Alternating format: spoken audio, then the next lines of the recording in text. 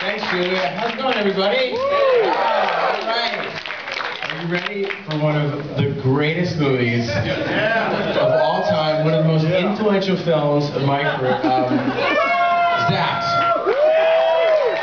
And in the house tonight to enjoy the show with all of us, he's going to be seated in the room watching the movie, and I'll bring him up in just a moment, is Mr. Scott.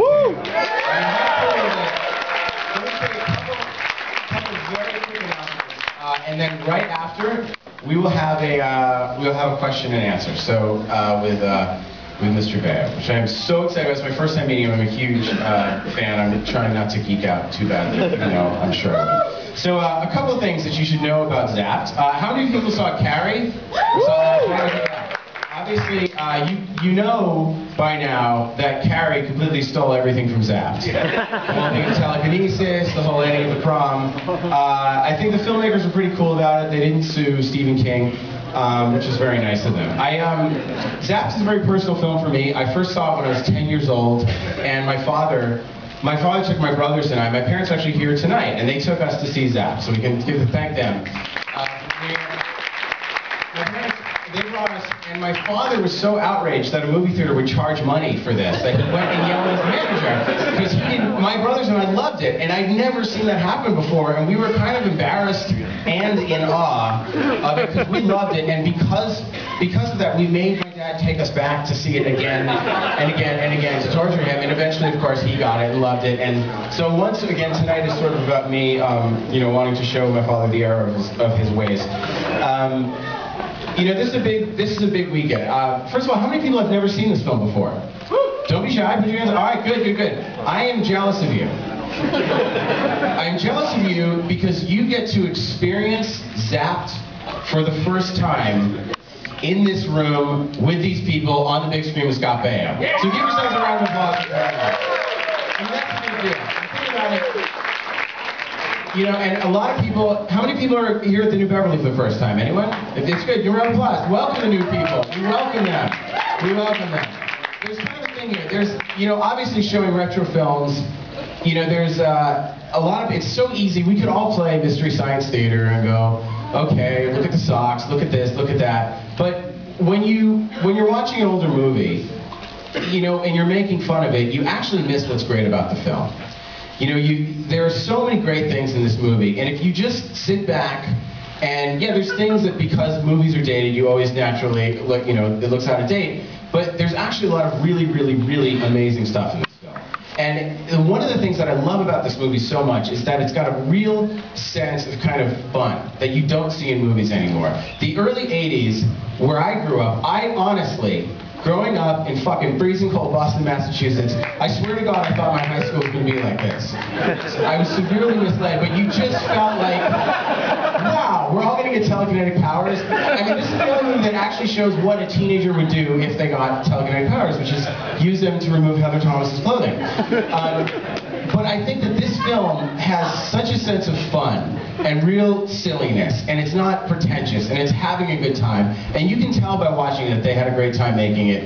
And I think that a lot of people, if you notice, you may have noticed that this weekend in particular, there's a little bit of snobbery in town, be it at, the Oscars, and look, I'm fucking very excited for the Coen brothers and Paul Thomas Anderson Jr., I hope they all win, but you can tell there are a lot of other people that are very self-important about things, and the Spirit Awards are very fancy. And even there's an award show that happened this morning that makes fun of movies. And, it's basically like a bunch of people who've when people make fun of movies in that way, you're actually missing a great time at the movies. You really are, because we could all pick apart anything. But somebody went out there and they had the balls to fucking do it and make a film, and good for them. And good for you guys for coming out here, because I feel like this room here, out of all the fucking Oscar parties that are happening in town, this room has the highest concentration of true cinema lovers. So thank you guys for coming out. I really mean that. So here's give a huge round of applause. Mr. Scott Baio.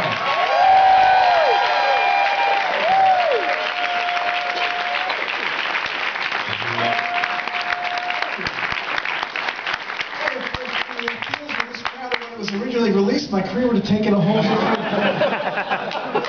path. I wouldn't have been on Happy Days or any other crap I did. Roth we love, but I'm happy to be here. My agent Harry Gold, who by the way is in Carrie. yes, and it's going to tell a special story before Carrie. And he's here tonight. When he called me and he said Eli wants to screen the movie, and I went, what? Why?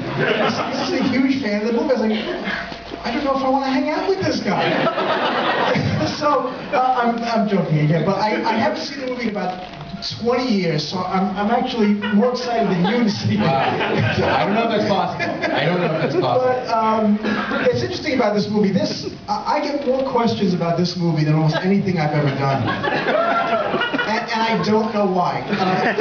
This sort of cult thing, and maybe Eli tapped into it, where kids wanted to have this ability. I mean, I don't know what you mean by wanted. But we'll try that. Yes. On the date. He was telling me a story about what are you doing? Tell me a story about the guy with the teacups. Yeah. Oh, I got a letter from a dude from MySpace wrote me, and he's like. He said that he worked at an amusement park and that people would be assholes to him as he was operating the teacups, and that he actually would make the Scott Baio telekinesis Zapped face and crank it to fuck with people until they puked.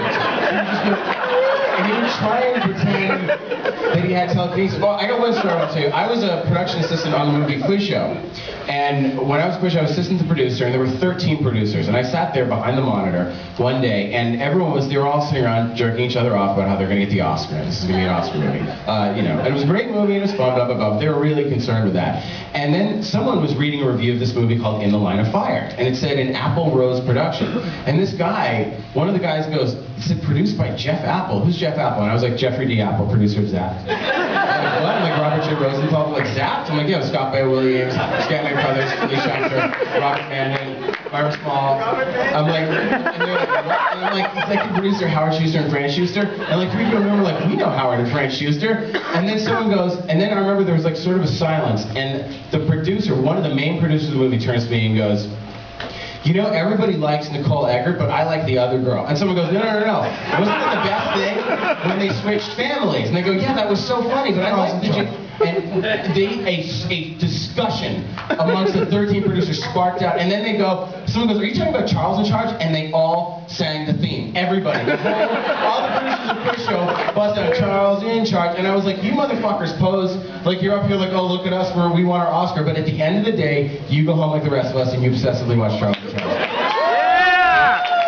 One of the producers of Quiz Show was Michael Jacobs, who created Charles in Charge. That's why.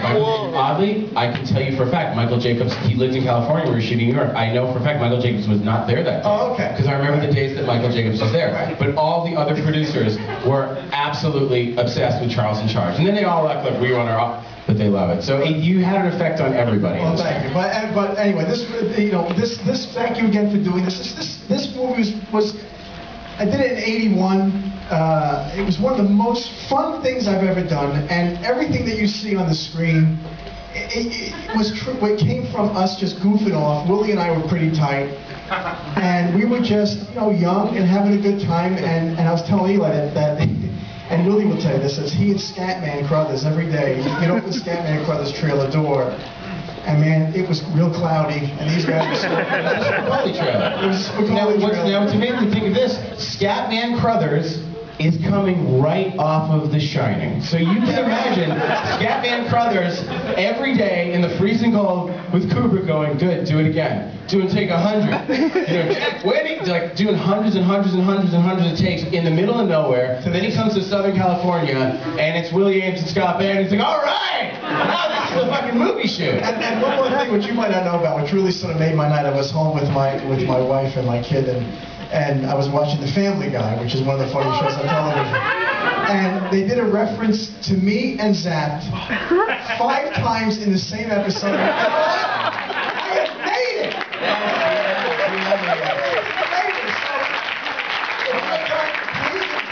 It's a fun movie, and if you want to go on...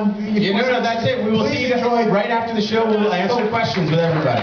Thanks so much, everybody.